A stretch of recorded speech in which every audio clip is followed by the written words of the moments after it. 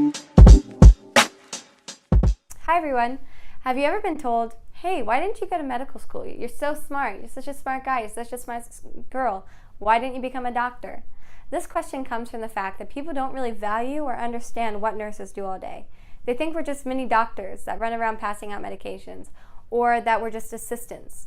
Well, it couldn't be farther from the truth. When we go to nursing school, we aren't just going to medical school for 4 years instead of 7. No, we're learning a completely different approach to patient care. This approach is unique to nursing. It's called the nursing process. The nursing process is assessment, diagnosing, planning, intervening, and evaluation. It's Adpie. So that is what nurses do. When we see a problem, we Adpie. It's cheesy, but you'll remember it. Let's give a real-life example to see how the nursing process works. Say you're driving down the road on your way to school. The music's on, the sun's shining, everything's going well. Then suddenly, out of nowhere, you hear a siren. First step is what you're going to do is going to assess.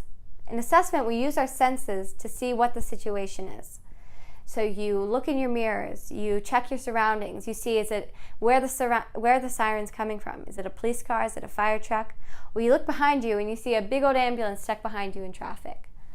So now that you've assessed the situation, you can move on to diagnosis. In diagnosis, we define the problem. The problem in this situation is that you have an ambulance stuck behind you. You're blocking the ambulance. So once you've defined the problem, you have to make a plan.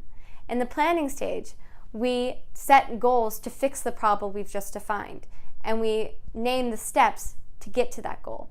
So for us, it would be, well, if we're blocking the ambulance, we want to unblock the ambulance. So we're going to turn on our blinker, we're going to pull safely to the side, checking for traffic.